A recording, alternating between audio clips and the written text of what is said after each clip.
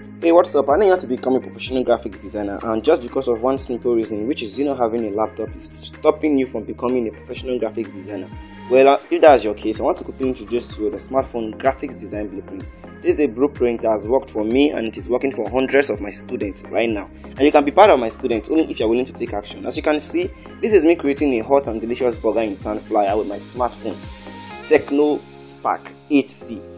Yeah, that's the phone I'm using to create this beautiful design now. And you too can create something like this, and even better, only if you're ready to follow my blueprint on how to become a professional graphic designer in less than 4 days. Yes, you heard me right. In less than 4 days, I can show you how you can become a professional graphic designer and earn money while doing your graphic designing. Okay, I'm going to make this graphic designing course. I've made this graphic designing course already. I've made it very simple and very fun to watch whenever you are trying to become a professional graphic designer. You don't have to stress yourself too much. I've provided a lot of websites, a lot of applications that is going to help you become a professional graphic designer. So if I'm you, I will take action right now and I'll become a professional graphic designer and join the community. See you inside.